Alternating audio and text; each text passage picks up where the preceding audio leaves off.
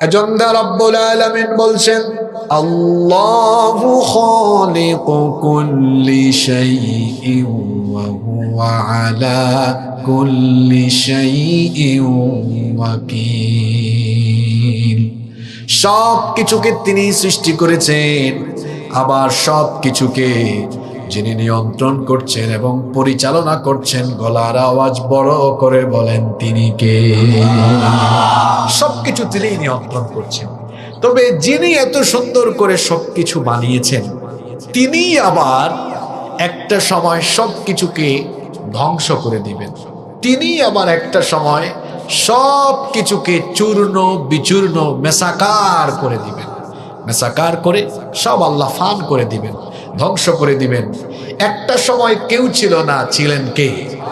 আবার একটা সময় কেউ থাকবে না, থাকবেন কে? এজন্য রব্বুল আলামিন তার কালামের ভেতরে বলছেন, কুল্লু মান আলাইহা ফানিন ওয়া ইয়াবকা ওয়াজহু রাব্বিকা যুল জালালি ওয়াল ইকরাম। সবকিছু ফান হয়ে যাবে, ধ্বংস হয়ে যাবে, ক্ষয় হয়ে যাবে, লয় হয়ে যাবে। কেবলমাত্র একজন মহামহিয়ান সত্তাই অবশিষ্ট থাকবেন, আর যিনি থাকবেন সবাই বলেন তিনি কে? একদিন কিয়ামতের সিংহার ফুৎকারে সব লন্ড ভন্ড চূর্ণ বিচূর্ণ হয়ে যাবে। আপনাদের কি কোনো সন্দেহ আছে নাকি কিয়ামত যে হবে? আপনাদের সন্দেহ আছে? কিয়ামত হবে, কিন্তু এটা কত সালে, কোন মাসে, কত তারিখে হবে, এটা কি আমরা কেউ জানে নাকি? পৃথিবীর কোনো হুজুর জানে? তবে মাঝে মাঝে কিছু হুজুর বলে ফেলেন এত সালের ভিতরে হবে না। এটা বিভ্রান্তিমূলক কথাবার্তা, কারণ এই সম্পর্কে কোরআনে স্পষ্ট কথা আছে না নাই? আল্লাহর নবী যখন কিয়ামতের কথা বলতেন, কাফিররা ব্যাপারটিকে অসম্ভব মনে করে আল্লাহ নবীকে নিয়ে ঠাট্টা করত, সমালোচনা করত এবং বলতো, তারা বলতো মুহাম্মদ, আমরা বলি সাল্লাল্লাহু আলাইহি ওয়াসাল্লাম, তুমি যে কিয়ামতের কথা বলো, এটা কোন সময় কখন হবে? আল্লাহ এদের কথা কোরআনে কারিমে তুলে দিয়েছেন। আল্লাহ তাআলা বলছেন, ইয়াসআলুকান নাসু আনিস সাআ কুল ইন্নামা ইলমুহা ইনদাল্লাহ।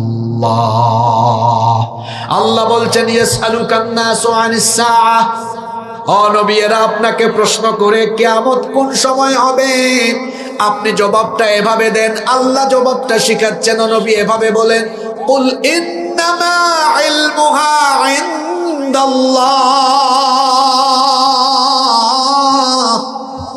কিয়ামত কোন দিন কখন অনুষ্ঠিত হবে, এই ব্যাপারে কেবল একজনই জানেন, যিনি কে? তবে কিয়ামত অনুষ্ঠিত হওয়ার আগে, কিয়ামত হওয়ার আগে কি কি ঘটতে পারে, কোন কোন লক্ষণ দেখা দিতে পারে, এগুলো বিস্তারিত আমাদেরকে জানিয়ে গিয়েছেন আখিরি নবী, আমাদের প্রিয় নবী, যিনি আমাদের সুপারিশকারী, রাহমাতাল লিল আলামিন, মুহাম্মাদুর রাসূলুল্লাহ। আমরা বলি সাল্লাল্লাহু। কিয়ামতের সবচাইতে, কিয়ামত যে চলে এসেছে কাছাকাছি, আল্লাহর নবী বলছেন, আমি হলাম কিয়ামতের আলামত। কথাটা অনেকে বুঝেন নাই। আমি হলাম কিয়ামতের, মানে এটা বুখারীতে হাদিস এসেছে, নবীজি বলছেন, আনা ওয়াস-সাআতু কাহাতাইনি, এই দুইটা আঙ্গুল, ওয়া দাম্মাস সাবাবাতি ওয়াল ওয়ুসতা, এই দুইটা আঙ্গুল দেখিয়ে নবীজি সাহাবীদেরকে বললেন, সাহাবীরা শোনো, আমি আর কিয়ামত এই দুই আঙ্গুলের মতো একদম কাছাকাছি, অর্থাৎ আমার উপরে তো কোনো নবী আসবেন না, আমি শেষ নবী, আমি চলে আসা মানে কিয়ামতও কাছাকাছি চলে এসেছে। আল্লাহু আকবার। আর কিয়ামতের আগ পর্যন্ত কোন কোন আলামত পৃথিবীতে দেখা দিতে পারে, এগুলো নবীজি দুই ভাষায়, দুই ভাগে বিভক্ত করে বলে গিয়েছেন। এক প্রকার আলামত হলো আলামাতুল কুবরা, বড় বড় আলামত, এটার সংখ্যা হলো মাত্র 10টা। মাত্র কয়টা? এই 10টা। নবীজি আবার হাদিসে বলছেন, ওই যে সুতার মালা আছে, ছিঁড়ে গেলে দানাগুলো একটা একটা করে কি করে পড়ে যায়। নবীজি বলেছেন, কিয়ামতের বড় 10টা আলামত হলো সুতার মালার মতো। সুতা ছিঁড়লে যেমন মালা, এই যে এটাকে কি বলে, পুঁতি পুঁতি পুঁতি যেমন একটার পর একটা পড়ে যায়, এই 10টা ঘটনার প্রথমটা ঘটবে, কিছুদিন পর আরেকটা, কিছুদিন পর আরেকটা, অর্থাৎ অল্প সময়েই কিয়ামত হবে। আর এর আগে আলামাতুস সুগরা, ছোট ছোট আলামত দেখা যাবে। আর সেগুলো কি কি আমার মতো হুজুর বলা লাগবে না, সব আল্লাহর নবী বলে গিয়েছেন। এবং আপনারা যারা আলেম উলামা এসেছেন আপনারা জানেন আখিরুজ জামানের ব্যাপারে হাদিসের কিতাবগুলোতে হাদিস বর্ণিত হয়েছে। এগুলো আমরা যখন স্টাডি করি, আমরা যখন পড়ি, গবেষণা করি, দেখি যে যতগুলো আলামতের কথা বলা হয়েছে প্রায় 100-র মধ্যে 97-98% আলামত প্রকাশিত, পুনঃপ্রকাশিত হয়েছে। তার মানে বোঝা যাচ্ছে কিয়ামত ঘটতে খুব বেশি দেরি, কিয়ামত আমাদের দুর্গোড়ায় করা নাচ্ছে। কিয়ামতের আগ মুহূর্তে আখেরি জামানায় আমরা এখন অবস্থান করছি। এটা যে শেষ জামানা, আপনাদের কোনো সন্দেহ আছে? এই শেষ জামানা হলো ঈমান বাঁচিয়ে রাখা সবচেয়ে বড় চ্যালেঞ্জের ব্যাপার। শেষ জামানায় আমলের চাইতে ঈমান বাঁচিয়ে রাখাই হবে মানুষের জন্য অত্যন্ত ডেঞ্জারাস একটা ব্যাপার। এবং এই শেষ জামানার ফিতনাগুলো কেমন হতে পারে আমরা এগুলো সরাসরি হাদিস থেকে এজন্যই জানবো, যেন এই ফিতনায় ভাই আমরা পড়ে ঈমান হারা হয়ে বেঈমান হয়ে যেন আল্লাহর কাছে না যাই। এজন্য আখিরি জামানা ভয়াবহ কিছু ফিতনা নিয়ে আজকে আমরা কথা বলবো। মনোযোগ আছে তো? শেষ জামানা হবে ফিতনার জামানা। আল্লাহ নবী বলেছেন কিয়ামতের আগে যে জামানায় মানুষেরা থাকবে, এই জামানার মানুষেরা তাদের ঈমানটাকে বাঁচিয়ে রাখা তাদের জন্য অত্যন্ত কঠিন হয়ে দাঁড়াবে। এমন এক চতুর্মুখী ফিতনা চতুর্দিক থেকে তাদেরকে আচ্ছন্ন করবে। তিরমিজি শরীফের বর্ণনায় হাদিস এসেছে, হাদিসটি বর্ণনা করেছেন আনাস ইবনে মালিক রাদিয়াল্লাহু আনহু। তিনি বলছেন আল্লাহর রাসূল বলেছেন ইয়াতি আলান নাসি জামান, খুব শীঘ্রই মানুষের উপরে এমন এক জামানা চলে আসবে আসসাবিরু ফীহিম আলা দীনিহি কাল কাবিদি আলাল জামর, জ্বলন্ত কয়লার উপরে দাঁড়িয়ে থাকা যতটা না কঠিন হবে, ঈমান বাঁচিয়ে রাখা মানুষের জন্য তার চাইতে আরো বেশি কঠিন হয়ে দাঁড়াবে। আল্লাহু আকবার। ঈমানের হেফাজত করা এত ভয়াবহ একটি ব্যাপার হয়ে দাঁড়াবে।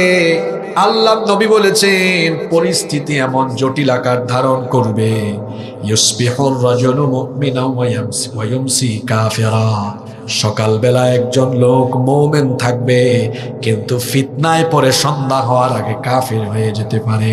ওয়া ইউমসি মুমিনান ওয়া ইউসবিহু কাফিরা, কোন ব্যক্তি সন্ধ্যাবেলা রাতের বেলা মুমিন থাকবে কিন্তু রাতের বেলা ফিতনায় আচ্ছন্ন হয়ে সকাল হওয়ার আগে লোকটা কাফের হয়ে যাবে। এক ভয়াবহ জামানা, সকালে মুমিন তো বিকালে কাফের, বিকালে বা সন্ধ্যায় মুমিন তো সকালে কাফের। বলবেন হুজুর এত অল্প সময়ে কয়েক ঘন্টার ব্যবধানে মানুষ কিভাবে ঈমান হারা হতে পারে? আমার বাবারা, আমার ভাইয়া, এটা বোঝা আজকের দুনিয়ার জন্য বড় সহজ ব্যাপার। আজকে ফিতনায় পড়ে ঈমান হারা হওয়ার জন্য এত দূরে যাওয়া লাগে না। আপনার পকেটে যে এই যন্ত্রটা আছে, এই যন্ত্রটাই আপনার চরিত্র নষ্ট করে ঈমানদার থেকে বেঈমান বানানোর জন্য এটা কয়েক ঘন্টা নয়, কয়েক মিনিটেই আপনাকে ঈমান হারা করে দিতে যথেষ্ট। কিসের কয়েক ঘন্টা? গুগল শরীফে গিয়ে ঢুকছে পর্নো সাইটে, শেষ, চোখের জিনা শুরু হলো, হৃদয়ে আজে বাজে চিন্তা আরম্ভ করলো, পরের দিন থেকে আজে বাজে কাজ শুরু করলো, ফিতনায় পড়ে গিয়েছে। এক মোবাইলে অনলাইন জুয়ায় কত তরুণ এখন আসক্ত। আগে মানুষ বাঁশ ঝাড়ের চিপায় চাপায় জুয়া খেলতো, আর এখন ভাইজান অনলাইনে জুয়া খেলে। এই যে কিশোর গ্যাং বের হয়েছে, ছোট্ট ছোট্ট ছেলেরা, কিশোর বয়স কিন্তু বেশি না, 13, 14, 15 বছর, এরা অনলাইনে জুয়া খেলে। শুধু কি তাই, 13, 14 বছর বয়সী ছেলেদের টিকটক অ্যাকাউন্ট, মেয়েদেরও TikTok account, Facebook, YouTube content বানায়। দিনরাত লেখাপড়া ছেড়ে এগুলোতে পড়ে থাকে, এগুলোতে পড়ে থেকে তার ফিউচার, তার কেরিয়ার নষ্ট করছে। শুধু তাই নয়, এই মিসকিনের দিকে তাকালে, এই মিসকিনের শরীর হয়েছে এমন, 17, 18 বছর বয়সে হাঁটে এমন, বুড়া মানুষের থেকে আরো দুর্বল হয়ে হাঁটে। গালের দুই পাশের মাংস হাড্ডির চিপার ভিতরে ঢুকে গেছে এমনে। এই ছেলে, তোমার এই 14-15 বছর বয়সে এই পরিণতি হয়েছে কেন? তোমার চেহারা শুরুতের অবস্থা কেন? তুমি তখন নাদুস নুদুস থাকবা, তোমার চেহারা একটা লাবণ্য থাকবে, তোমার চেহারার এই দশা কেন? কারণ তুমি এই ইন্টারনেট তথ্য প্রযুক্তির অপব্যবহার করে এই ফিতনায় ডুবে থেকে তুমি জিনা ব্যভিচারের সাগরে ডুব দিয়ে তোমার যৌবনকে তুমি নষ্ট করে ফেলেছো। তোমার ব্যাটারি ফিউজ, তুমি বিয়ের আগেই শেষ, তোমার কোনো ফিউচার নাই, তোমার ভবিষ্যৎ শেষ, নষ্ট করে দিচ্ছ। ফিরে আসো ওখান থেকে, এখনো সময় আছে, ফিরে আসো ওখান থেকে। এটা ফিতনার জামানা। দাজ্জালের জন্ম বহু আগে হয়েছে। রসুলের জামানায় কিছু সাহাবীরা, ওনারা সাহাবী বা ইমানদার হয়েছেন পরে, ইমানদার হওয়ার আগে 30 জন লোক লাখাম আর জুজাম গোত্রের, তারা নৌ ভ্রমণে গিয়ে এক অচিন সাগরের দ্বীপে দাজ্জালের সাথে তাদের দেখা হয়েছে, কথাবার্তা হয়েছে, দাজ্জালের জন্ম হয়েছে। আল্লাহ তাকে এক অচিন দ্বীপে বন্দি করে রেখেছেন। ওই বন্দি অবস্থায় তার রুহানি সন্তান দিয়ে ফিতনা চালাচ্ছে। দাজ্জালের রুহানি সন্তান কারা? ইহুদিরা। এটা আমার কথা নয়, বলেছেন মুহাম্মদ, আমরা বলি সাল্লাল্লাহু। ফিতনা চলমান আছে, এরা আপনার ঘরে আপনার পকেটে ফিতনা ঢুকিয়েছে। এই ফিতনায় আপনি পড়ে গিয়েছেন ভাই।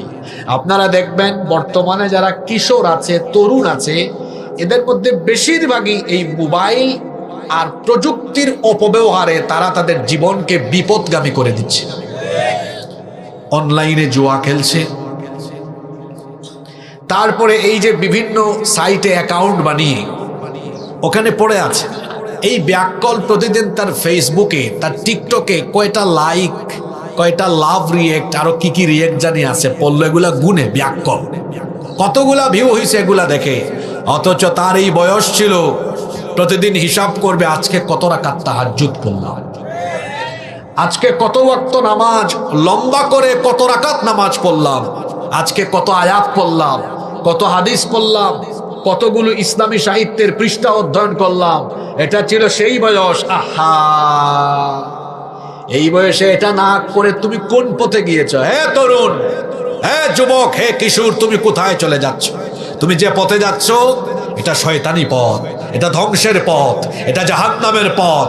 এই পথে চলতে থাকলে তুমি যেতে যেতে যেতে যেতে জাহান্নামের আগুনে পুড়ে ভস্ম হয়ে যাবে। এখনো সময় আছে, ফিরে আসো, কাম ব্যাক করো, আসো কোরআনের দিকে আসো। ফিতনার জামানা এটা। মোবাইল আর তথ্য প্রযুক্তির ফিতনা, নারীর ফিতনা, কোনো ফিতনায় জড়াবেন না। আমার কলিজার টুকরা কিশোর, তরুণ, যুবক, ছাত্র ভাইদেরকে বলবো, এই জামানাকে রসুল বলেছেন ফিতনার জামানা। ফিতনার জামানায় ইমানটাকে বাঁচিয়ে রাখা আমাদের জন্য সবচেয়ে জরুরি। ইমান হলো সবচেয়ে দামি দৌলতের নাম। আচ্ছা আপনারা বলেন তো, ইমানই যদি না থাকে তাহলে কোন নেক আমল কি আল্লাহর দরবারে কবুল হবে নাকি?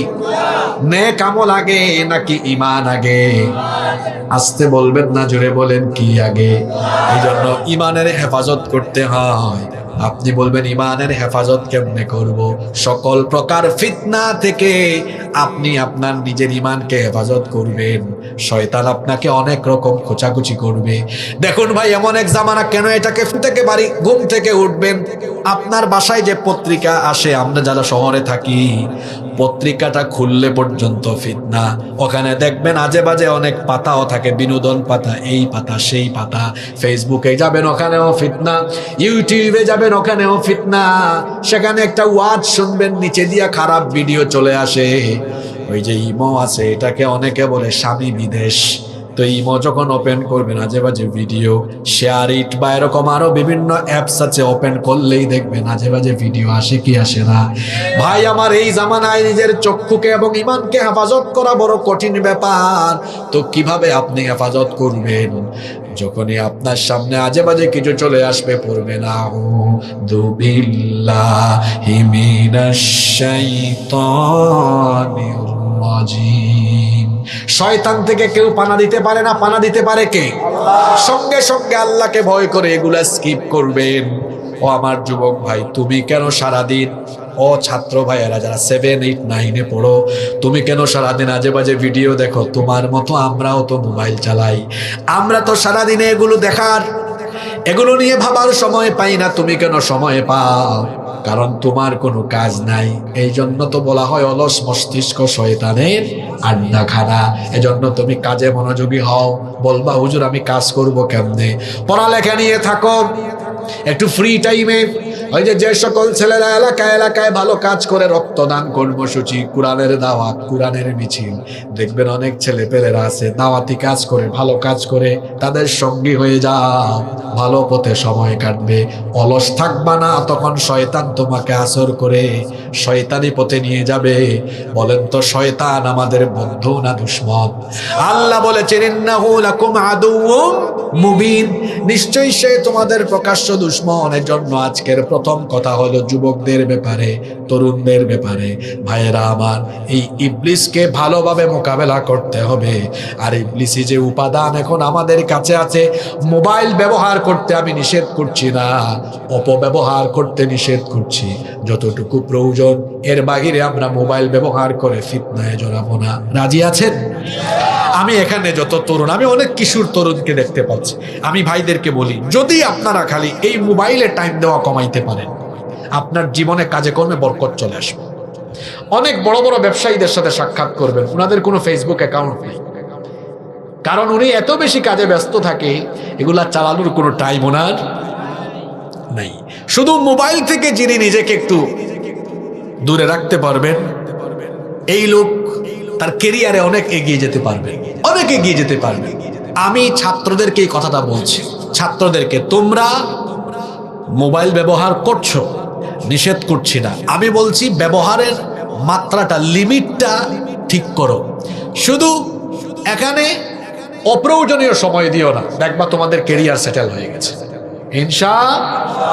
ফিতনার জামানা, কষ্ট হচ্ছে নাকি আপনাদের?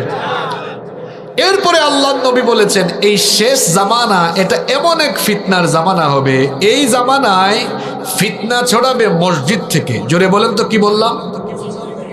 আপনারা বলবেন হুজুর এটা কেমন কথা বললেন? মসজিদ কি ফিতনার জায়গা না ইবাদতের জায়গা? মসজিদ হলো ইবাদতের জায়গা, কিন্তু নবীজি বলেছেন শেষ জামানায় এটা হবে ফিতনার জায়গা। শুনেন রাসূল কি বলেছেন? আল্লাহ নবী বলেছেন লা তাকুমুস সাআহ, ততদিন পর্যন্ত কিয়ামত হবে না, হাত্তা ইয়াতাবাহান নাসু ফিল মাসাজিদ, যতদিন না মানুষ মসজিদ নিয়ে পরস্পরের সাথে গর্ব আর বড়াই না করে। নবীজি বলেছেন শেষ জামানায় মানুষ মসজিদ নিয়ে বড়াই করবে, গর্ব করবে। কিরকম বড়াই করবে? জাফরাবাদের লোকেরা বলবে আমরা আমাদের এলাকায় 60 লক্ষ টাকা দিয়ে মসজিদ বানিয়েছি। এই ইউনিয়নের আরেক গ্রামের মানুষ বলবে জাফরাবাদের মানুষ মাত্র 60 লক্ষ টাকায় মসজিদ বানিয়েছে, আর আমরা 1.5 কোটি টাকা দিয়ে মসজিদ বানিয়েছি। চান্দিনার মানুষ সেখান থেকে বলবে আমরা তো 2 কোটি টাকা দিয়ে মসজিদ বানিয়েছি। এই রকম শেষ জামানায় মসজিদ নিয়ে কম্পিটিশন আরম্ভ হবে, কার চাইতে কে কত সুন্দর করে মসজিদ বানাবে। এখন আপনারা বলবেন হুজুর এটা আবার কেমন কথা বললেন? আল্লাহর ঘরকে যদি আমরা সুন্দর বানাই, এখানে তো খারাপের কিছু না। হ্যাঁ, আপনি কথাটা ঠিকই বলেছেন। মসজিদ সুন্দর শুধু করলে হবে না, মসজিদের বাহির যেমন থাকবে সুন্দর, পরিচালনাও হতে হবে সুন্দর। রাসূল বলেছেন আখিরি জামানায় মসজিদগুলো বাহিরের দিক দিয়ে হবে ফিটফাট, আর ভেতরের দিক দিয়ে হবে। ভেতর দিকটা কেমন হবে আমি আর সদরঘাট বললাম না, হাদিস থেকে বলি। আল্লাহ নবী বলেছেন ভেতরটা কেমন হবে শোনো, আখেরি জামানার মসজিদগুলো হবে এমন, বাহির দিক থেকে দেখলে দেখা যাবে হায় হায় হায় হায় হায় কি সুন্দর মডেল মসজিদ, কিন্তু একটু ভিতরে যাও, নবীজি বলেছেন ভেতরে ঢুকলে দেখবা উলুউন আহলুল ফিসকি ফিল মাসাজিদ, এই মসজিদগুলোতে আল্লাহওয়ালাদের গলার আওয়াজের চাইতে ফাসিক ফুজ্জার পাপী তাপী বদকারদের গলার আওয়াজ বড় থাকবে। কি বাস্তব কথা নবীজি বলেছেন। মসজিদ সুন্দর ঠিক আছে, একটু ভিতরে যাও, গিয়ে দেখো উলুউন আহলুল ফিসকি ফিল মাসাজিদ, এখানে ফাসিকরা বড় গলায় কথা বলবে। এখানে ইমাম আর খতিবের দাম থাকবে না। এলাকার সবচেয়ে বড় সুদখোর, ঘুষখোর, চাঁদাবাজ, টেন্ডারবাজ, সবচেয়ে বড় সন্ত্রাসী ওই মসজিদে মাতব্বরি করবে। বলেন তো আমাদের দেশগুলোতে মসজিদের যে কমিটি দেওয়া হয়, আল্লাহওয়ালা দেখে দেওয়া হয় না এলাকার সবচেয়ে পয়সাওয়ালার সবচেয়ে বড় বংশের দেওয়া হয়? কয়টা মসজিদ বাংলাদেশে দেখাতে পারবেন যেখানে মুত্তাকি পরহেজগার দেখে দেওয়া হয়? 198টা মসজিদ পাবেন সেখানে বংশ বড়, রাজনীতি, ক্ষমতা, আধিপত্য, দাপট দেখে দেওয়া হয়। আর আল্লাহ কোরআনে বলেছেন যার মধ্যে তাকওয়া নাই মসজিদের কমিটিতে থাকার তার কোনো যোগ্যতাই নাই। গুড়ায় গলদ বানিয়েছে এলাকার সবচেয়ে বড় সুদখোরকে মসজিদ কমিটির সভাপতি। এ হুজুরকে এত ডিস্টার্ব করে, ইমাম আর খতিবকে কোনোদিনও মিম্বরে সত্য কথা বলতে দেয় না। যে হুজুররা মসজিদে মিম্বরে বসে সত্য কথা বলতে পারেন না, রিকোয়েস্ট করছি ভাই, আপনি ইমামতি ছাড়েন, আপনার জন্য ইমামতি না। আপনি মাটি কেটে ভাত খান, ব্যবসা করেন, চাকরি করেন, অন্যান্য কাজ করে ভাত খান। আর যদি বলেন আমি রসুলের উত্তরসূরি হয়ে মেম্বরে বসবো, তো কোনো চোর চামার, সুদখোর, ঘুষখোর, চাঁদাবাজ, টেন্ডারবাজকে ভয় করে মাথা নিচু নয়, বরং উঁচু গলায় সত্য কথা আপনাকে বলতেই হবে। যদি আপনি সত্য কথা বলতে না পারেন, মেম্বর ছাড়েন, যান, বের হয়ে যান এখান থেকে। এখান থেকে বের হয়ে আপনি অন্য কাজ করে খান। এখানে থাকলে ব্যক্তিত্ববান পুরুষের মতো কথা বলেন। আপনি তো হুজুর হয়ে রিজিকের ভয় করেন, আপনার পিছনে নামাজ পড়াও জায়েজ নেই, কারণ রিজিকের ভয় করা উচিত না। ভয় করা উচিত রাজ্জাককে। রাজ্জাককে আপনি রিজিককে ভয় করেন। রিজিক কোনো মসজিদের কমিটি দেয় না। রাতের বেলা আপনার বউ বাসায় রান্না করেছে, এই রান্নাটা না খেয়ে আপনি হাসপাতালে বা আরেক গ্রামে খাবার খাইতে পারেন। আপনার রিজিক আপনি জানেন না কোথায়। রিজিক মানুষের তরফ থেকে আসে না। রাস্তাঘাটে দেখবেন পাগল বস্তা মুড়ি দিয়ে বসে আছে, ও জানে না আজকে কে খাবার দিবে, কিন্তু দেখা যায় সারাদিনই খাবার পায়। সুবহানাল্লাহ পড়বেন না? আমরা তো রাস্তাঘাটে কত মানুষকে দেখে বসে আছে হাত পেতে, সে কি জানে কে দিবে? কেউ দিয়ে যাচ্ছে তাকে মানুষ। এজন্য বলেছি, যে হুজুর মসজিদ কমিটিকে টিপাটিপি করে, এই হুজুরের পিছনে নামাজ পড়াও জায়েজ নাই। এটা ভণ্ড হুজুর, এ সত্য কথা বলতে পারে না। আমি সত্য কথা বলার কারণে আমার চাকরি চলে গেলে যাক, আমার যোগ্যতা থাকলে পৃথিবীতে আমার জায়গার অভাব হবে না। বলছিলাম শেষ জামানা হবে এমন ফিতনা, মসজিদের ভিতরে কি ঢুকবে? কথাগুলো বাস্তব না অবাস্তব? শুধু কি তাই, তারা মসজিদে এমন ফিতনা লাগাবে, কে হাত বুকে বাঁধবে, কে নাভিতে বাঁধবে, এটা নিয়ে মসজিদ ভাগ করবে। আছে না এরকম? শুধু সভাপতি দিল না কেন, রাগ করে একই গ্রামে তারা 2টা মসজিদ বানিয়েছে। আমি একবার এক এলাকায় গিয়েছি, আমি এলাকার নাম না বলি, নইলে আবার ইউটিউবে তো এরা বক্তৃতা শুনে রাগ করবে, স্পেসিফিক নাম না বলি। গত 2023 সালের শেষের দিকের ঘটনা, আমি এক এলাকায় গিয়েছি মাহফিল, ঢাকার আশপাশ। আমাকে বলে, হুজুর আমাদের এলাকায় কিন্তু 9টা মসজিদ। এই লোক ভাবছে এই কথা বললে হুজুর খুশি হবে। তা আমি বলছি, আপনার এলাকায় মসজিদ বেশি, তার মানে আপনার এলাকায় ঝামেলা বেশি। কয় হুজুর আপনি বুঝলেন কেমনে? আমি বলছি, আপনার এলাকায় মনোমালিন্য বেশি, ঠেলাঠেলি বেশি, এই জন্য মসজিদ বানাইছেন বেশি। নইলে আন্তরিকতা থাকলে মসজিদ এতটা লাগতো না। একই গ্রাম, সবাই বলতো মসজিদ ছোট হলে আরো বড় করো, এক মসজিদে নামাজ পড়বো, ঠিক না? ঠিক। আপনার এত মসজিদ হয়েছে কেন? আবার যারা এই কথা বলছে, গ্রামটাও বেশি বড় না, 1-1.5 কিলোমিটারের গ্রাম। 1 কিলো গ্রামে বুঝলাম একটা না হলে 2টা করা যায়, আপনি 9টা বানাইছেন কেন? এত মসজিদ কেন বানিয়েছেন? যদি বুঝতাম এই গ্রামটাই হচ্ছে 4-5 কিলো, তাহলে একটা কথা ছিল। 1-1.5 কিলো গ্রামে কি 9টা মসজিদ দরকার? 1 কিলো সমান 1000 মিটার, 1000 মিটার জায়গা তো বেশি না। মসজিদ ভাগ করে দিচ্ছে, শুধু সভাপতি সেক্রেটারি বানালো না কেন? আরো আশ্চর্যের ব্যাপার হলো, মসজিদের বাইরে বিভিন্ন এলাকায় মাহফিল বন্ধ হয়ে যায়, অমুক সভাপতি তমুক সভাপতি হইল না কেন? এরকম আছে না? কি ঠেলাঠেলি! আল্লাহ আমাদেরকে হেদায়াত দাও। এই মসজিদের ফিতনায় আমরা জড়াবো না, রাজি আছেন? মসজিদ বাইরেও থাকবে সুন্দর, ভিতরেও থাকবে। ভেতরটা সুন্দর থাকবে কিভাবে? ভালো মানুষরা পরিচালনা করবেন। এই যে আমাদের শাহ মোহাম্মদ ইয়াসিন ভুইয়া সাহেব, আলহাজ এরশাদ আলী ভুইয়া সাহেব, এই মসজিদটা তারা পরিচালনা করছে। আমি দোয়া করছি আল্লাহ তাআলা তাদেরকে আলেম ওলামাদের সুহবতে থেকে সুন্দর করে এই মসজিদ পরিচালনার সব যোগ্যতা গিয়ে আল্লাহ যেন তাদেরকে ভরপুর করে দেন। আমরা দোয়া করছি, এই এলাকার জন্য দোয়া করছি, আল্লাহ যেন এই এলাকায় মানুষের মধ্যে পারস্পরিক মহব্বত বাড়িয়ে দেন। এরপরে আসেন, আল্লাহর নবী বলছেন শেষ জামানাটা এমন এক ফিতনার জামানা হবে। সামনে যে কথাগুলো বলবো আপনারা রাগ করবেন না তো? নবীজি বলছেন শেষ জামানা হবে মূর্খদের নেতৃত্বের জামানা। আগেই ঠিক বলিয়েন না, আপনি ঠিক বললেও কোরআন হাদিসের কথা ঠিক, ঠিক না বললেও এটা হাদিসের ইবারত শুনে। আল্লাহর নবী একদিন সাহাবীদের সামনে বললেন, আ'আদাকাল্লাহু মিন ইমারাতিস সুফাহা। কি কথা! আলেমরা তো আরবি ভাষা বুঝেন। কি কথা নবীজি বলেছেন, আ'আদাকাল্লাহু মিন ইমারাতিস সুফাহা। ও সাহাবীরা, মূর্খদের নেতৃত্ব থেকে আমি তোমাদের জন্য আল্লাহর কাছে পানাহ চাইছি। সাহাবায়ে কেরাম রাসূলকে প্রশ্ন করলেন, মা ইমারাতুস সুফাহাই ইয়া রাসূলুল্লাহ। আমরা বলি সাল্লাল্লাহু আলাইহি ওয়াসাল্লাম, ওগো আল্লাহর নবী, মূর্খদের নেতৃত্ব এটা আবার কি? আমরা বিষয়টা বুঝি না, একটু বুঝায়া দেন। আল্লাহর নবী বললেন, উমারাউ ইয়াকুনুনা বা'দি। আমার পরে এমন কিছু নেতৃত্ব দুনিয়ায় আসবে, লা ইয়াক্তাদুনা বিহাদি। তারা আমার দেওয়া হেদায়াত মোতাবেক, আমার দেখানো পথ মোতাবেক তারা কোনো কিছুই পরিচালনা করবে না। এমনকি ওয়ালা ইয়াস্তান্নুনা বিসুন্নতি, আমার দেখানো সুন্নত মোতাবেক তারা কোনো কিছুই পরিচালনা করবে না। বলবেন রসুলের দেখানো পথ আর রসুলের সুন্নত কোনটা?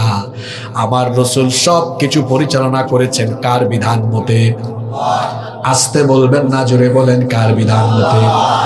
আল্লাহ নবী বলেছেন কিয়ামত ঘটার আগে আমার উম্মতের মধ্যে এমন একটা ফিতনার জামানা আসবে, তারা আমার দেখানো পথ মত আদর্শ এবং আল্লাহর বিধান বাদ দিয়ে তারা ভিন্ন পথে ভিন্ন মতে সব কিছুকে পরিচালনা করবে। ফামান সাদ্দাকাহুম বিকাদিবিহিম ওয়া আ'ানাহুম আলা যুলমিহিম।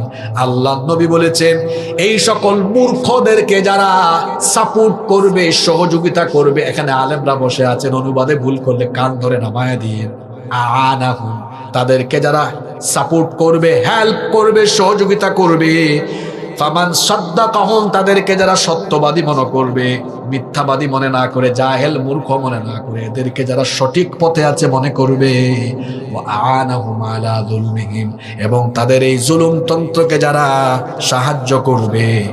এত বড় কথা বললে আমার গায়ের লোম নিজেরই দাঁড়িয়ে যায়।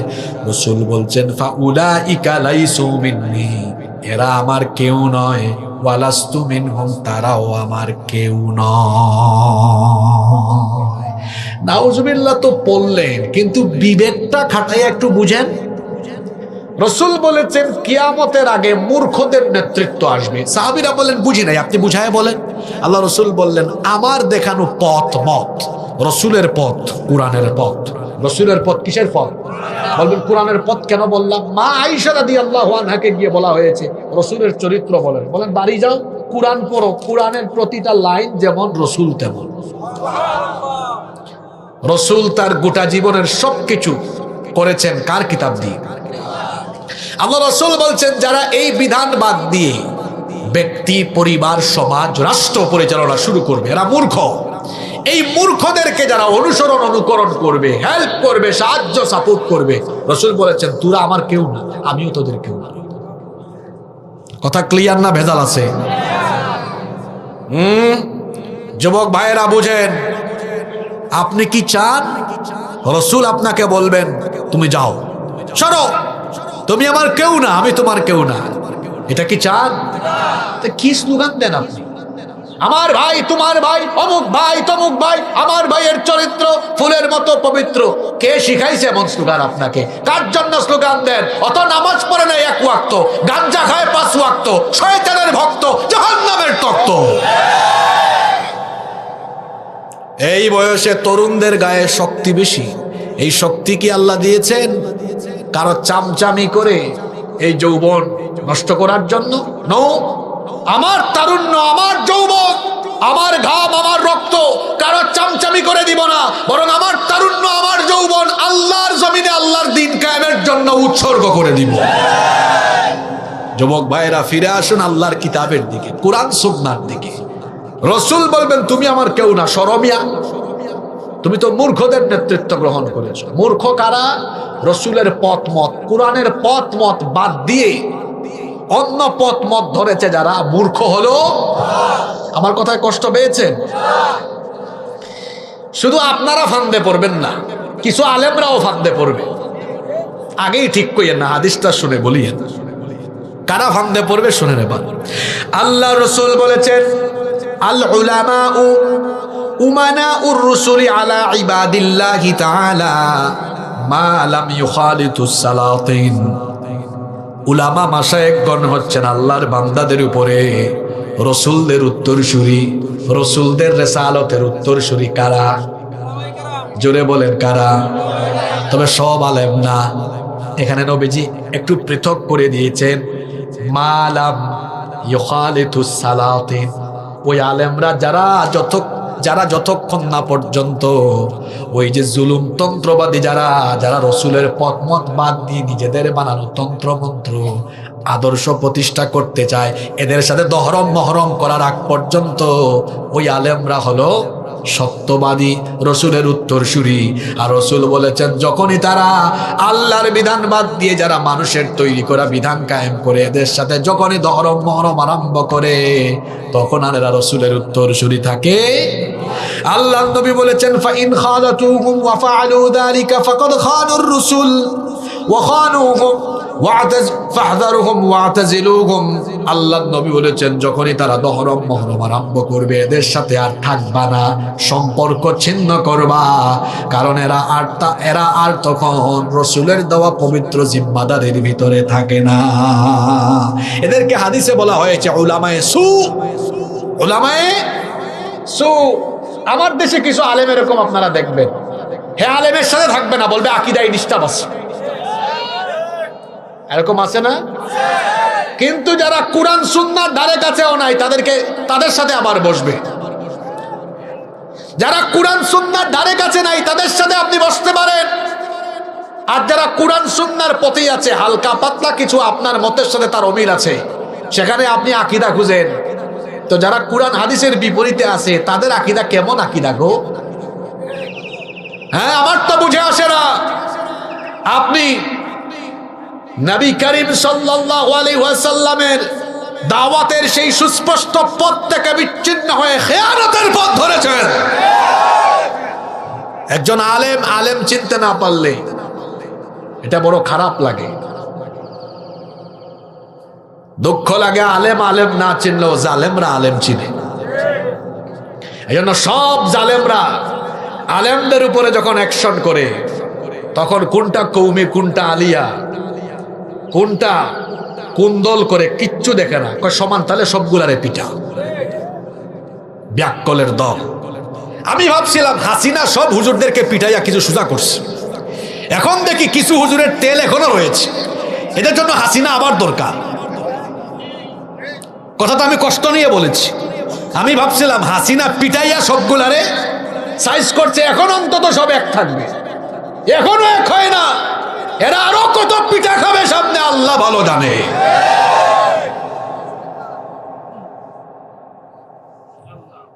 আমার কথায় কি কষ্ট পাচ্ছেন আপনারা?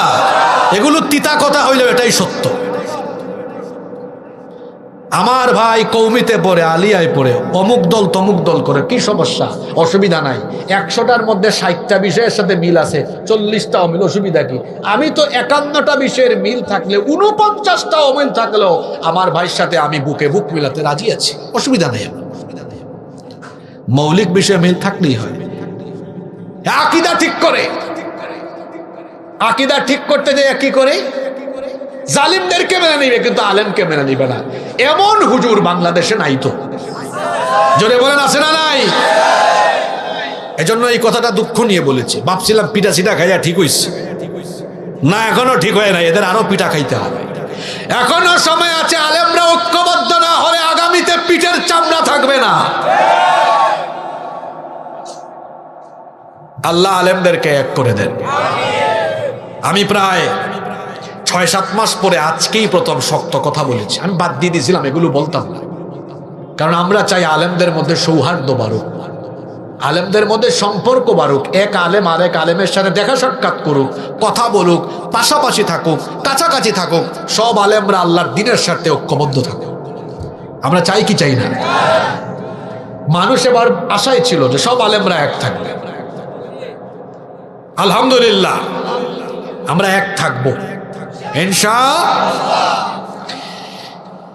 আল্লাহর রাসূল বলেছেন শেষ জামানাটা এমন হবে, এই জামানায় আপনাদের মনোযোগ আছে তো?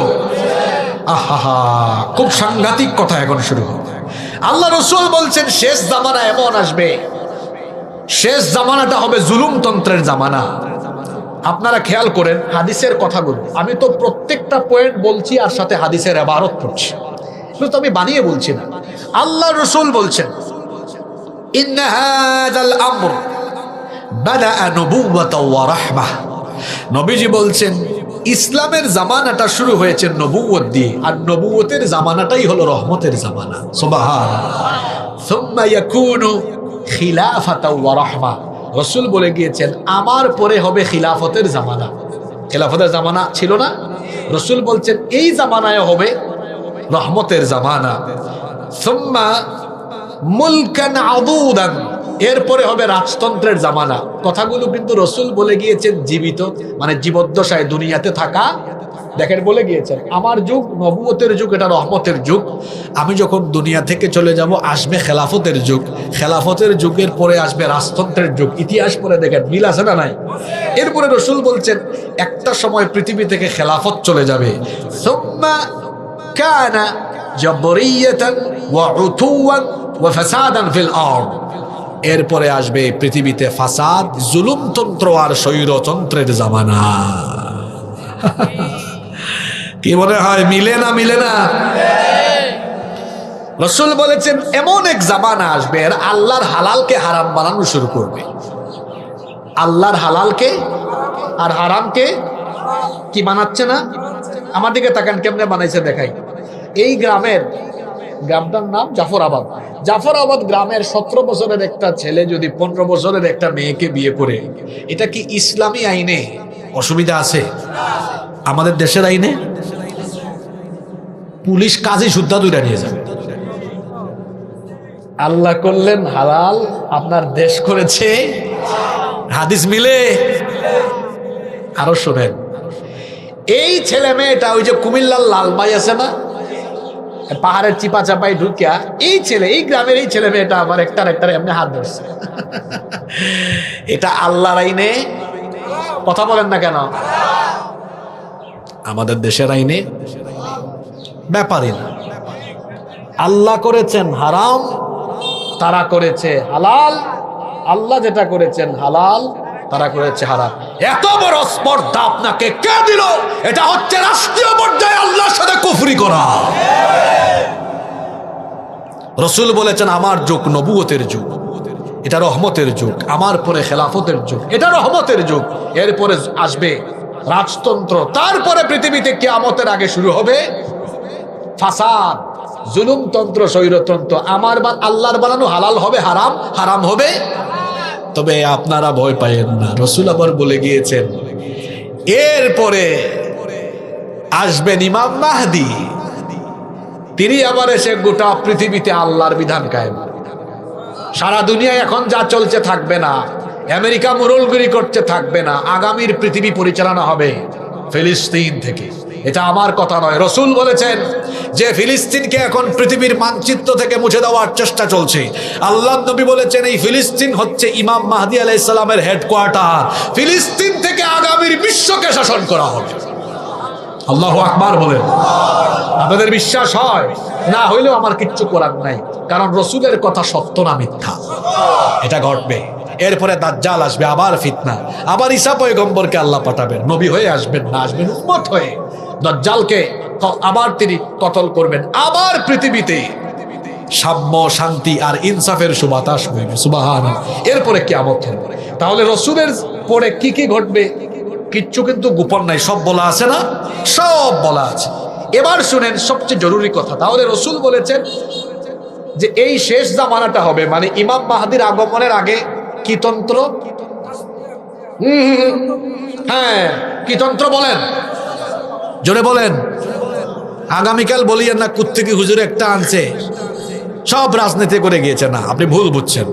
আমি তো হাদিসগুলো বলে যাচ্ছি, কুরআন হাদিসের কথাগুলো এমনই বাস্তব। রসুল বলেছেন এই যে কিয়ামতের আগে, ইমাম মাহদির আগেরটা হবে ফাসাদ তন্ত্র, জুলুম তন্ত্র। আচ্ছা, তাহলে ওই জামানায় শাসকরা কেমন হবে এইটা বোধহয় রসুল বলে যান নাই। এই হাদিসগুলো খুব কষ্ট করে করে বাইর করে আনছি তো বললাম আপনাদেরকে শোনানোর জন্য। এবার শোনেন, শুনলে মনে হবে এত বাস্তব বাস্তব কথা কই ছিল। এবার এই ফাসাদ তন্ত্রে কি হবে শুনেন। আল্লাহর নবী বলেছেন সায়াকুনু আলাইকুম উমারাউ ইয়াকুদুনা লিআনফুসিহিম মা লা ইয়াকুদুনা লাকুম। আল্লাহর নবী বলেছেন খুব শীঘ্রই এমন এক পরিস্থিতি আসবে, তোমাদের মধ্যে যারা নেতা থাকবে তারা নিজেদের স্বার্থে আইন বানাবে, আইন প্রণয়নের সময় তোমাদের কথা চিন্তাও করবে না, নিজেরা কেমনে টিকে থাকবে, নিজেদের ভালো কোন দিকে হবে ওইটা চিন্তা করে আইন বানাবে। আচ্ছা আপনারা বলেন তো, আমাদের দেশ ৭১ সালে স্বাধীন হওয়ার পরে ২০২৬, এই ৫৬ বছরে আমাদের দেশের সংবিধানটা পরিবর্তন হয়েছে নাকি হয় নাই? দেখি এবার বলেন তো দেখি, পরিবর্তন বা সংশোধন হয়েছে মোট কয়বার? বলেন বলেন। ১৭ বার না, কতবার? ইলেকশন হয়েছে কয়টা জানেন? জানে না বলে। সামনেরটা কত নাম্বার? ১৪, ১৩, তাহলে হয়েছে কয়টা? এদের পেট ভরে না, তাহলে ১২ বারে ১২টা সরকার আসছে। যদি ভাই ১২ বারও বাবা চেঞ্জ করতো, মনটারে বুঝ দিতে পারতাম যে একবার করে বদলাইছে, কিন্তু ১২ বারে ১৭ বার, মানে কেউ কেউ পেট ভরে না, কয় আবার বদলা। ১২ বারে কয়বার? জোরে বলেন। আপনারা বুদ্ধিমানের মতো বলেন তো, যারা আইন বদলায় তারা কি আগে জনগণের কথা ভাবে না নিজেদের কথা ভাবে? বুদ্ধিমান মানুষ বুঝে ফেলছেন আপনারা। রসুল বলছেন এরা নিজেদের স্বার্থে আইন বানাবে, আপনার স্বার্থে না। এবার আসেন, কোরআন নাজিল হয়েছে কত বছর আগে? ১৫০০ বছর আগে। আমাদের দেশে যে পাল্টানোর রেশিও ১২তে ১৭, এই রেশিও এখানে থাকলে ১৫০০ ২৩০০ বার হইত। কিন্তু সংশোধন হয়েছে কয়বার? আগামীতে হবে কয়বার? আপনারা বুঝে নেন। এই যে আমরা ৩ জন মানুষ আছি, উনারে বললেন আপনি জাফরাবাদ চালান, উনি একটা আইন বানাইল। বয়সের কারণে 5 বছর পরে আমারে দায়িত্ব দিলেন। আমি দেখলাম আমার চারপাশে যেমন ছেসরা চোরার চামার, আরো কিছু আইন বদলাই। বললাম জাফরাবাদবাসী, আপনাদের কল্যাণে আমি আইন শব্দ দিয়েছি, কি আর আপনাদের কল্যাণ, তলে তলে সব আমার। 7-8 বছর পরে আমারে পিটাইয়া আপনারা ভাগাই দিয়েছেন, দিছেন উনারে, উনি চালাইছেন। এখন দেখেন তো 3 জনের কাছে ক্ষমতা বদল হয়েছে, 3 বারে আইন পরিবর্তন হয়েছে কয়বার? বলেন। উনাকে বললেন আপনি চালান, আইন বানাইতে পারবেন না, ধরেন এটা নেন, কোরআন দিয়ে চালান। কোনো কিছু যোগ বিয়োগ করতে পারবেন? এরপরে আমাকে দিলেন, যোগ বিয়োগ করতে পারবো। তারপর ওনাকে দিলেন, যোগ বিয়োগ করতে পারবেন। এতক্ষণ কি বুঝাতে চাইছি বুঝছেন? মানুষের আইন থাকলে চেয়ার বদলায় তো আইন বদলায়, কোরআনের আইন থাকলে চেয়ার বদলায়, আইন। এখন বলেন আপনাদের নিজেদের কল্যাণের জন্য আপনারা মানুষের আইন চান না আল্লাহর আইন চান? আমি আজকে বলে গেলাম, ইউনূস সাহেব যেদিন যাবেন, এরপরে যেই আসবে তারা এসে আবার বদলাবে, তারপরে যারা আসবে আবার বদলাবে। এরকম আপনাদের কপালে দুর্গতি চলতেই থাকবে যতদিন না আল্লাহর কোরআনকে আপনারা গ্রহণ করবেন। আর যেই দিন আপনারা সবাই দলমত ভুলে গিয়ে আল্লাহর কোরআনকে গ্রহণ করবেন, বাংলাদেশ দেখবেন আল্লাহর রহমতে বদলে যাবে ইনশাআল্লাহ। আচ্ছা আমি হাদিসটা শেষ করি। রাসূল বলেছেন এমন এক জামানা আসবে তারা নিজেদের স্বার্থে আইন বানাবে, তোমাদের স্বার্থে নয়। হাদিসটা শেষ না, এবার জরুরি কথা। ইন আসাইতুমুহুম, যদি তোমরা তাদের অবাধ্য হও, বিরোধিতা করো, কাতালুকুম, তারা তোমাদেরকে হত্যা করবে। তাদের বিরুদ্ধে গেলে কি করবে? ওয়া ইন আতাতুমুহুম, আর তাদের আনুগত্য করলে আদাল্লুকুম, তোমরা পথভ্রষ্ট হয়ে যাবে। দেখছেন কারবার, আইন মানলে পথভ্রষ্ট, না মানলে কতল। মানে মানলে জীবন থাকবে কিন্তু ঈমান থাকে না, আর না মানলে কি যায়? জীবন যায়। তো মুশকিল না? তখন সাহাবীরা প্রশ্ন করলেন, কাইফা নাসনাউ ইয়া রাসূলুল্লাহ সাল্লাল্লাহু, তো এই পরিস্থিতি আসলে আমরা কি করব? রাসূল কি বললেন? কামা সানা আসহাবু ঈসা ইবনে মারইয়াম, তোমরা তখন ঈসা আলাইহিস সালামের সাথীদের মতো হয়ে যাইও। কার সাথীদের মতো? আচ্ছা, তা উনার সাথীরা কি করেছিল? আমি বলছি না, রাসূল বলছেন, নুশিরু বিল মানাশির, তাদের মাথার উপরে করাত রাখা হয়েছে। ওয়া হুমিলু আলাল খাসব, কয়লার উপরে তাদেরকে কিংবা তাদেরকে শুলে চড়ানো হয়েছে। মাউতুন ফি তাআতিল্লাহি খায়রুম মিন হায়াতিন ফি মাসিয়াতিল্লাহ। আল্লাহ আল্লাহ, এই কথাটা শুনেন, মাউতুন ফি তাআতিল্লাহ, আল্লাহর আনুগত্যের পথে মৃত্যু, খায়রুম মিন হায়াতিন ফি মাসিয়াতিল্লাহ, আল্লাহর অবাধ্যতার পথে থাকার চাইতে আল্লাহর আনুগত্যের পথে থেকে মৃত্যু উত্তম। মানে বলা হয়েছে এরকম পরিস্থিতি আসলে ঈসা আলাইহিস সালামের সাথীদের মতো হবা। তাদের মাথার উপরে করাত রেখে বলা হয়েছে, হয় আমাদের আনুগত্য করো, কাফিররা বলেছে আমাদের আইন মানো, নইলে ঈসা যে বিধান নিয়ে এনেছেন ওই আল্লাহর আইন মানলে কিরকম হত্যা। মাথার উপর করাত রেখে বলেছে 2 টুকরা করে ফেলবো। ঈসা আলাইহিস সালামের সাথীরা বলেছেন পারলে 2 টুকরা কর, অসুবিধা নাই, আমাদের জীবন যাবে, ঈমান যাবে। আল্লাহু আকবার কইতে পারলেন না? যদি কখনো আমাদের মধ্যে এই পরিস্থিতি আসে, এমন কোন আইন যেটা মানলে ঈমান থাকবে না, আমরা এমন পরিস্থিতি যদি উদ্ভব হয়, আমরা জীবন দিব, তাও আমরা ঈমান থেকে এক চুলো সরব না।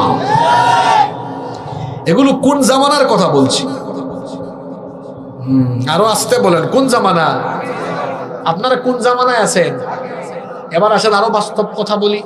আল্লাহ নবী বলেছেন এই জামানা হলো এমন, সায়াতি আলা উম্মতি জামান, কিয়ামতের আগে এমন এক জামানা আসবে, ইয়াকসুরু ফীহিল কুরআ, কোরআন পড়তে পারে এমন মানুষের সংখ্যা বেড়ে যাবে, ওয়া ইয়াকিল্লুল ফুকাহা, কিন্তু কোরআন বুঝে এমন মানুষের সংখ্যা কমে যাবে। এখানে যারা আছে আমার মনে হয় বেশিরভাগ মানুষ কোরআন হাতে দিলে দেখে দেখে শুদ্ধ ও শুদ্ধ যাই হোক অন্তত পড়তে পারবে। যদি বলি এই যে আমি পড়লাম, ক্বালু সুবহানাকা আনতা ওয়ালিয়ুনা মিন দুনিহিম বাল কানু ইয়াবুদুনাল জিন্না আকসারুহুম বিহিম মুমিনুন ফালইয়াওমা লা ইয়ামলিকু বা'দুকুম লিবা'দিন নাফ'আন ওয়ালা দাররা ওয়া নাকুলু লিল্লাযীনা যালামু যুকু আযাবান নারিল্লাতী কুনতুম বিহা তুকাযযিবুন। এখন যদি বলি এই কয় লাইন পড়লাম আমি? 2 লাইন, 3.5 লাইন পড়েছি। এই 3 লাইন 3.5 লাইন কে বুঝছেন? হয়তো আলেমরা হাত তুলবেন, বাকিরা দেখছেন কারবার কোন জামানায় পড়েছেন আপনারা।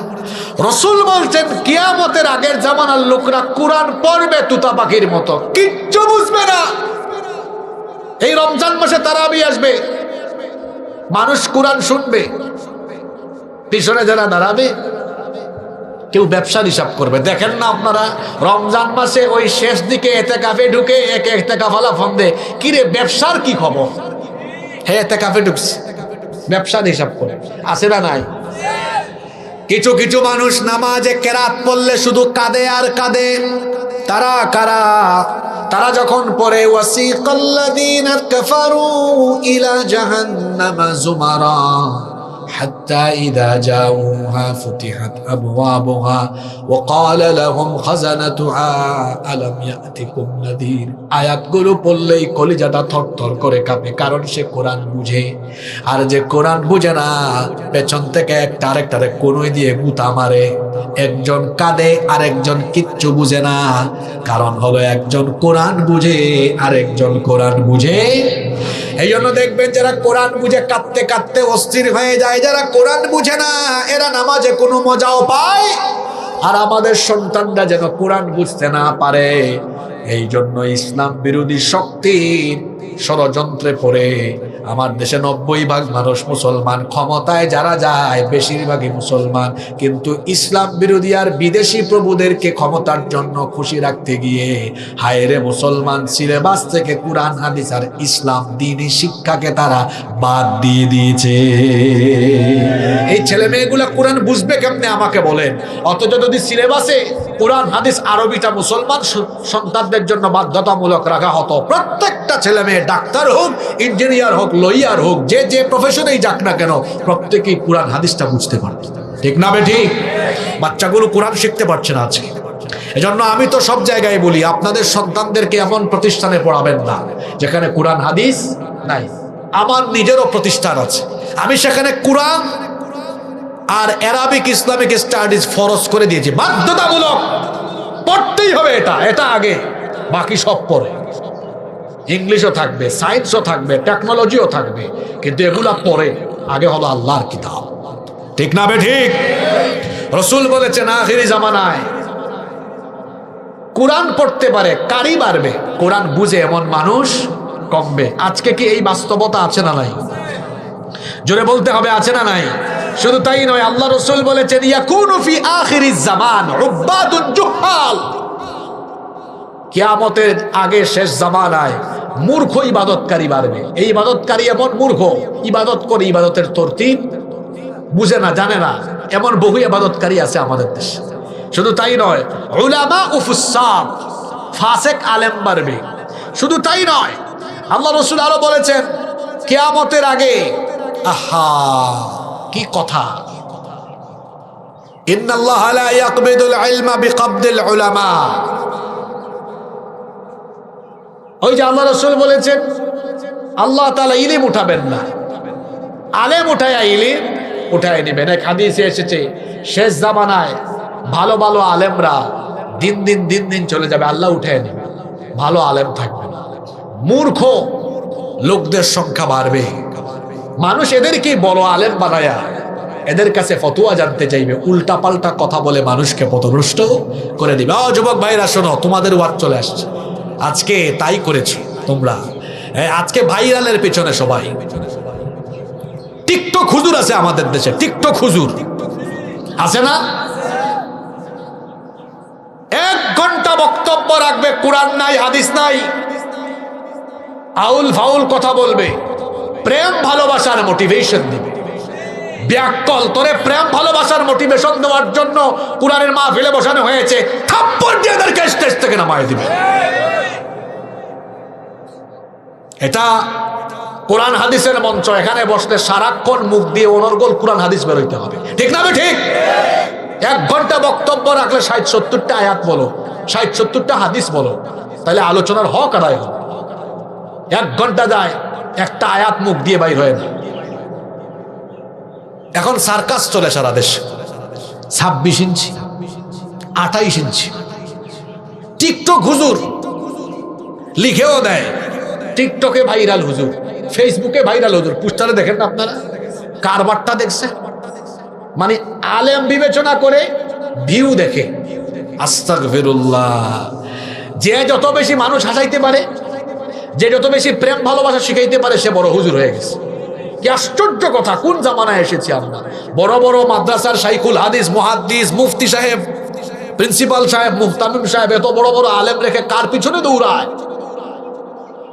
কোন জামানায় আসছে চিন্তা করছেন? 26 ইঞ্চি 28 ইঞ্চি টিকটক হুজুর, মোটিভেশন হুজুর, কত হুজুর বের হয়েছে যে এখন।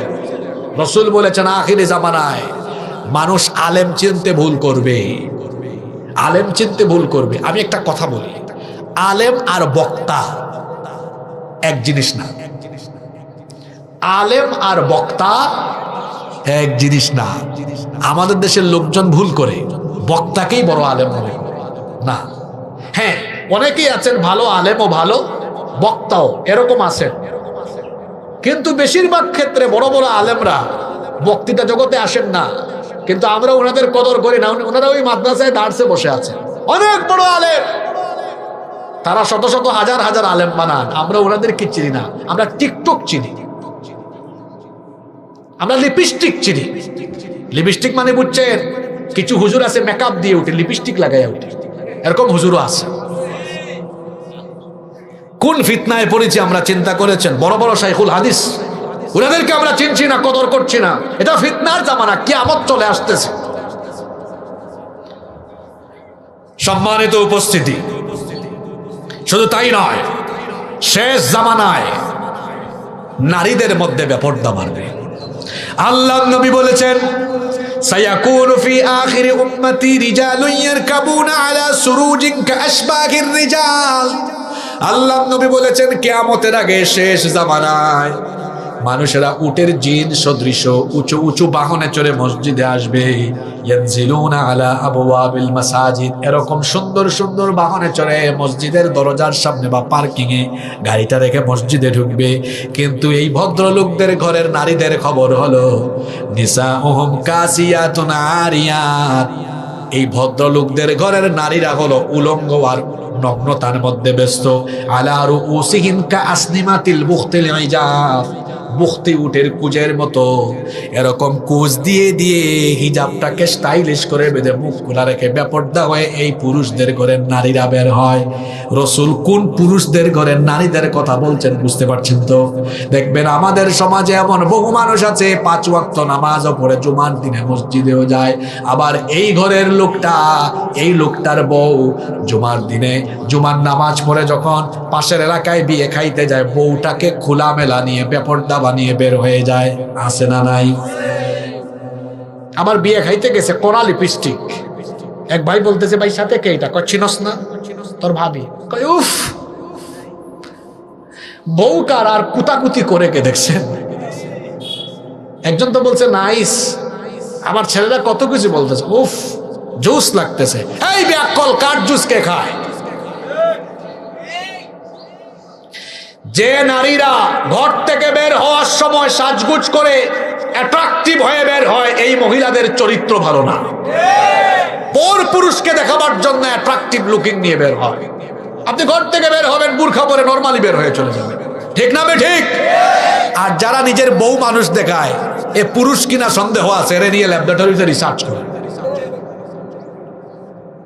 নিজে বিয়ে করলো এত টাকা মহারণা দিয়ে, তার বউ মানুষ দেখে উফ আফ করে। হ্যাঁ ব্যাকল, তোর বউ তুই দেখ,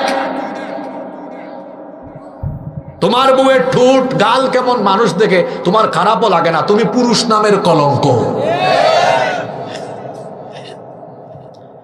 নিজের ঘরের বিবিরা তখনই বেপরদা হয় যখন আপনি অসচেতন হয়ে যাবেন। রাসূল বলছেন, শেষ জামানায় নারীদের মধ্যে বেপরদা হবে। আর কোন পুরুষ? এই পুরুষদের কথা আল্লাহ রাসূল বলে দিয়েছেন। এবং কি বলেছেন? হাদিস শেষ না, রাসূল বলেছেন, ইলআনুহুন্না, তোমরা এদেরকে লানত করো, ফাইন্নাহুন্না মালউনাত, এরা অভিশপ্ত। শুধু তাই নয়, আল্লাহ নবীজি বলেছেন, আখিরি জামানায় নাচ গান বাদ্যযন্ত্র মিউজিক বেড়ে যাবে। লা ইয়াকুনান্না মিন উম্মতি আকওয়াম ইস্তাহিল্লুনাল হির ওয়াল হারিরা ওয়াল খামরা ওয়াল মাযিফ। আল্লাহ নবী বলেছেন, শীঘ্রই এমন এক জামানা আসবে তখন মানুষ রেশমি পোশাককে তাদের জন্য জায়েজ মনে করবে, মদ্যপান বেড়ে যাবে, গান বাজনা বেড়ে যাবে। গান বাজনা এত বেশি বেড়েছে, আমাদের বেশিরভাগ ঘরে এখন গান বাজনা ছাড়া বিয়ে শাদী যেন জমে উঠে না। অথচ বিয়ে শাদী হলো পবিত্র, গান বাজনা হলো অপবিত্র। বিয়ের মতো পবিত্র কাজ যারা অপবিত্র গান বাজনা দিয়ে শুরু করে, এদের দাম্পত্য জীবনে বরকত থাকবে না।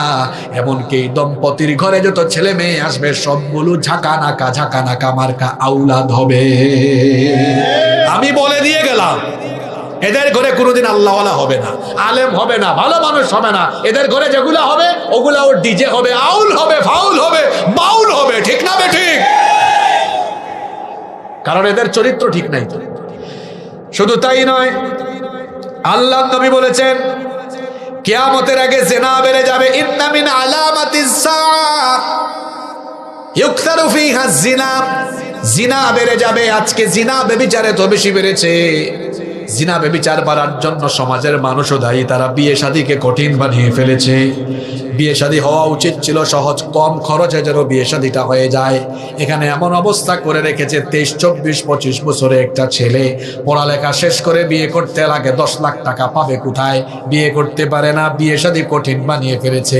এজন্য দেখা যায় সমাজে জেনা ব্যভিচার, বিবাহ বহির্ভূত হারাম রিলেশন দিন দিন বাড়ছে না কমছে। এই ব্যভিচারকে বন্ধ করে দিতে হলে বিয়ে শাদীকে সহজ করে দিতে হবে। আজকে এক বাবা আমার সাথে যোগাযোগ করছে, তিনি বলছেন আপনার দাওয়াত এই মাসের শেষ দিকে বিয়ে। আমি বললাম বলেন, ডেট বলেন, সুযোগ থাকলে আসবো। ডেট বললাম কিভাবে বিয়ে হচ্ছে? তিনি বলছেন আমার ছেলে এখনো লেখাপড়া করছে, শেষ দিকে আছে। মেয়ে কি করছে? মেয়েও লেখাপড়া শেষ দিকে আছে। তো বিয়ে শাদী কেমনে দিচ্ছেন? করাই দিচ্ছে আমার ছেলে ছোটখাটো একটা জব করে। বললাম মেয়ের মা বাপ রাজি হয়েছে তো অল্প বেতনে? রাজি হয়ে গেছে, অসুবিধা নাই, কারণ রিজিক তো আল্লাহই বানায় দেয়। সুবহানাল্লাহ পড়বেন না? বললাম বিয়ে শাদীতে খরচ কেমন?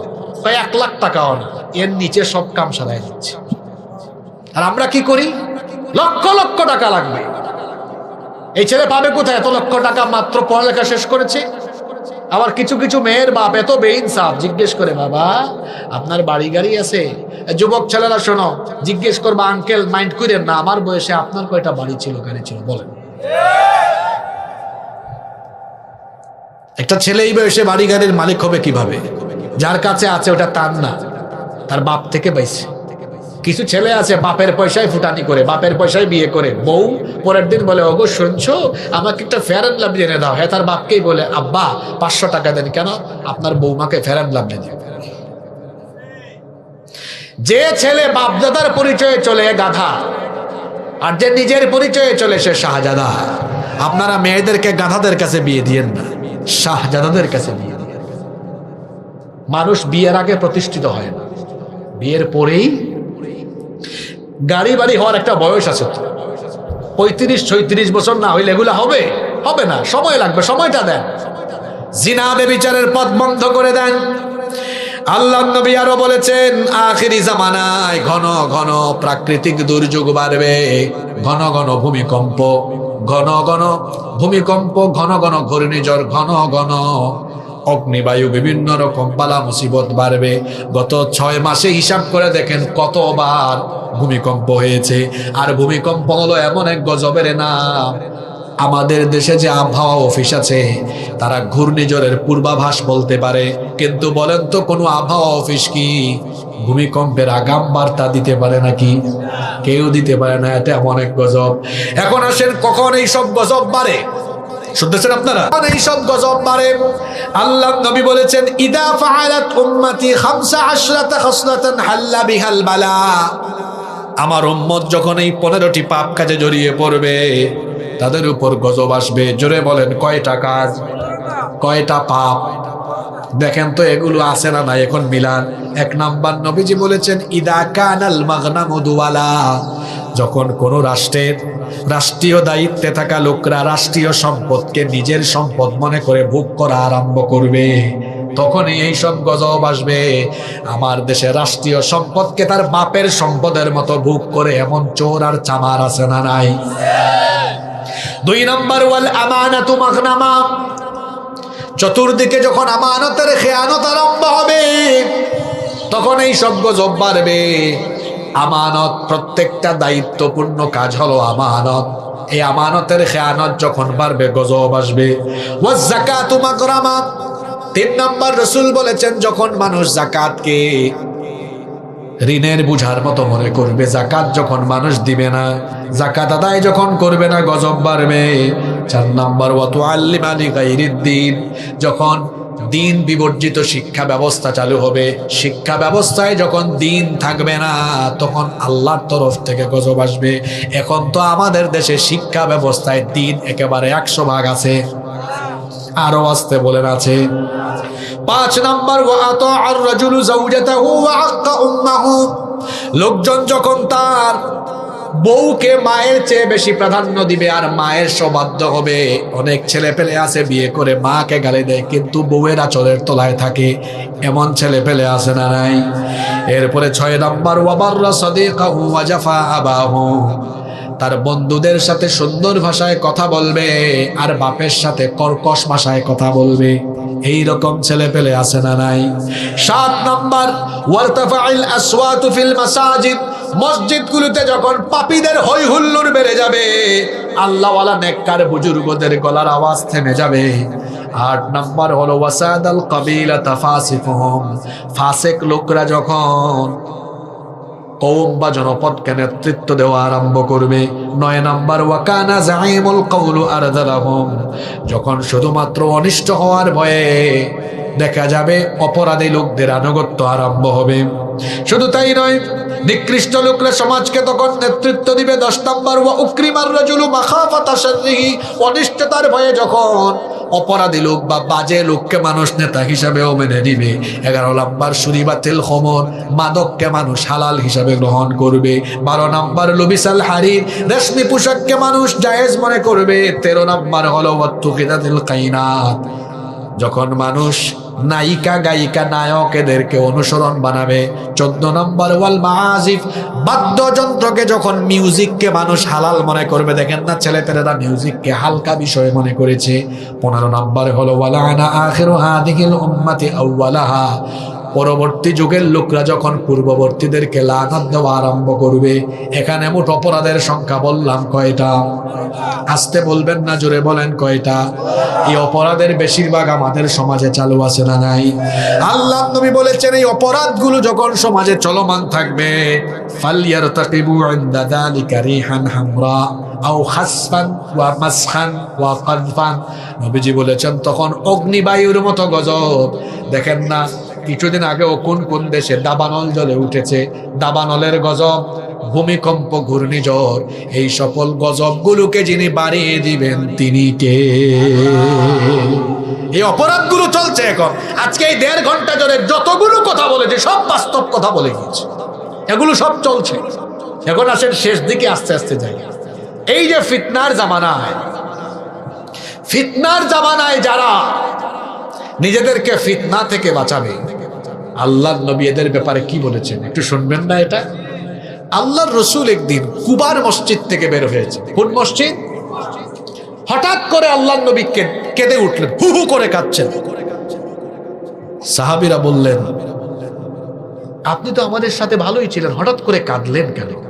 রসুল বলেন, আমার ভাইদের কথা মনে পড়েছে, আমি কান্না করছি। কার কথা? জোরে। সাহাবীরা বললেন, আমরা কি আপনার ভাই নই?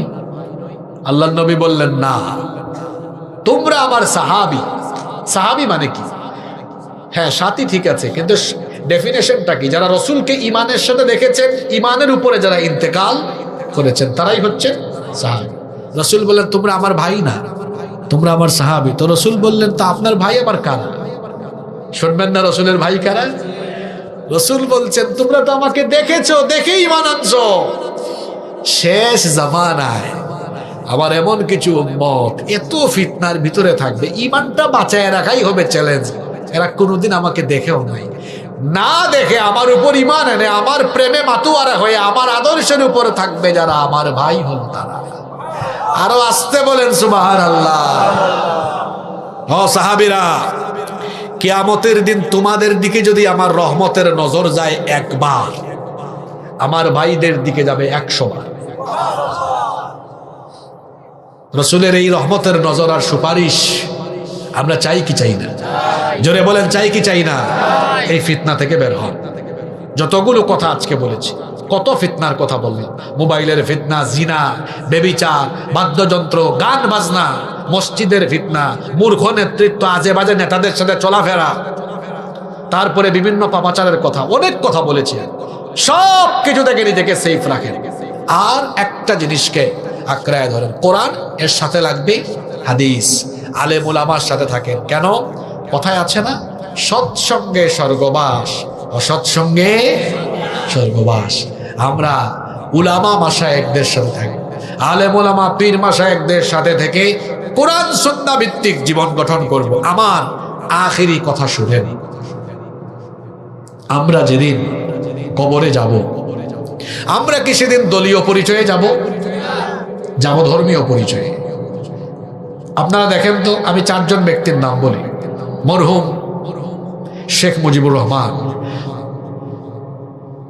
মরহুম হোসেন মোহাম্মদ এরশাদ, শহীদ প্রেসিডেন্ট জিয়াউর রহমান, মরহুমা বেগম খালেদা জিয়া, চারজনই বাংলাদেশে বিভিন্ন দায়িত্ব পালন করেছেন।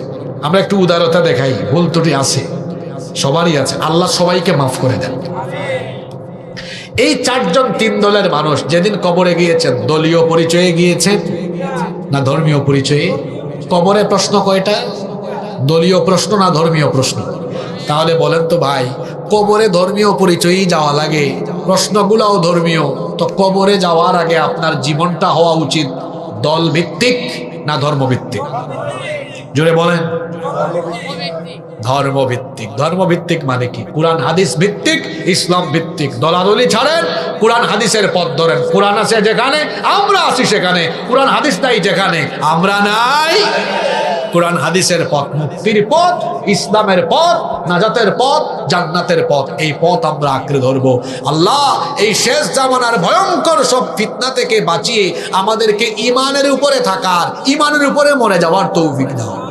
ইমানের পথে অবিচল থেকে আমার মরণ যেন হয়, তোমারই কাছে মিনতি আমার,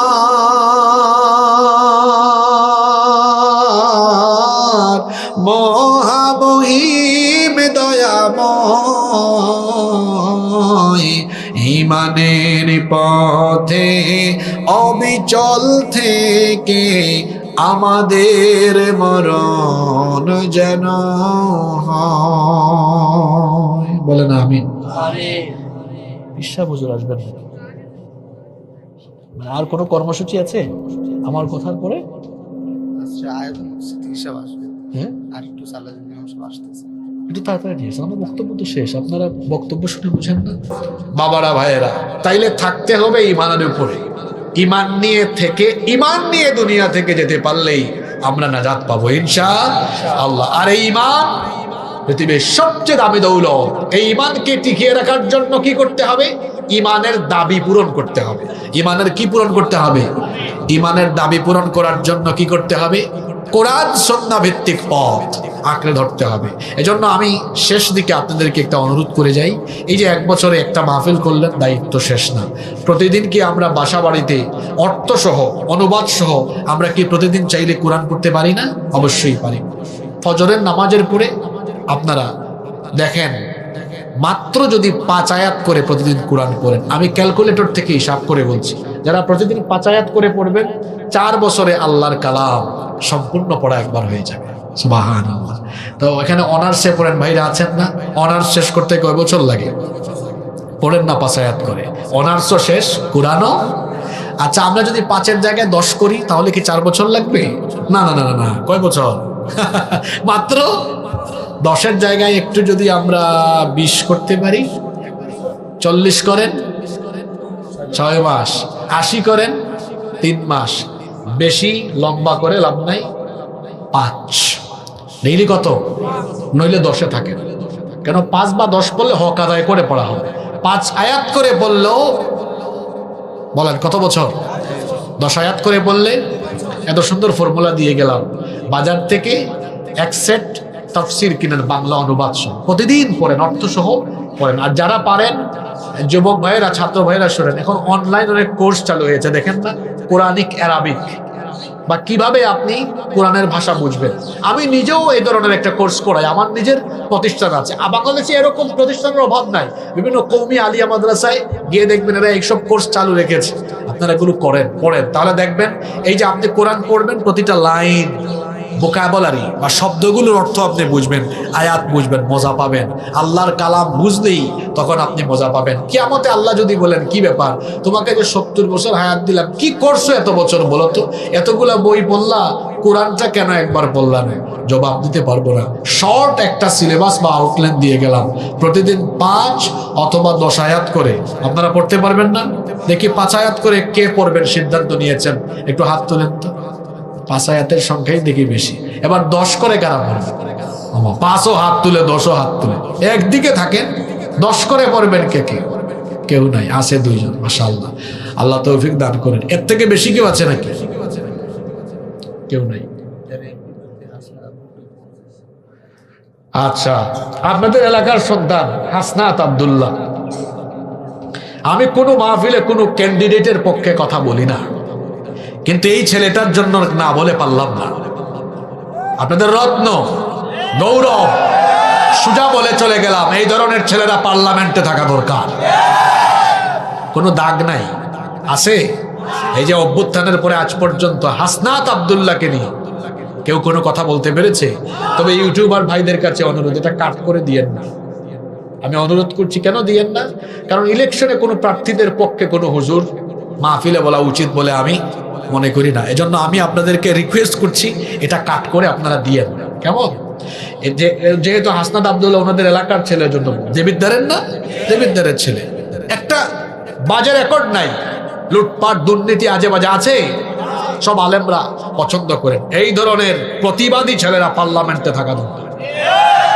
আমি দোয়া করে যাচ্ছি, আল্লাহ যেন তাকে পার্লামেন্টে কবুল করেন। সুজা সাপটা দোয়া। আমি এখনো পর্যন্ত কোনো ক্যান্ডিডেটের পক্ষেও বলি না সে বিএনপি হোক, জামাতের হোক, কারণ ভোট মানুষ দিবে, যে যারে মন চায় তারই দিবে।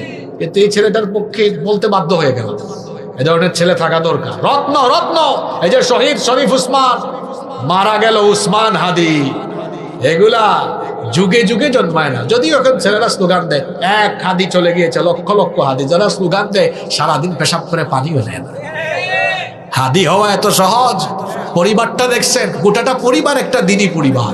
নিজে মাদ্রাসার ছাত্র ছিল, আলিম পর্যন্ত ওই ঝালকাঠি এনএস কামিল মাদ্রাসায় পড়েছে, ফজরের নামাজ গিয়ে জামাতে পড়তো।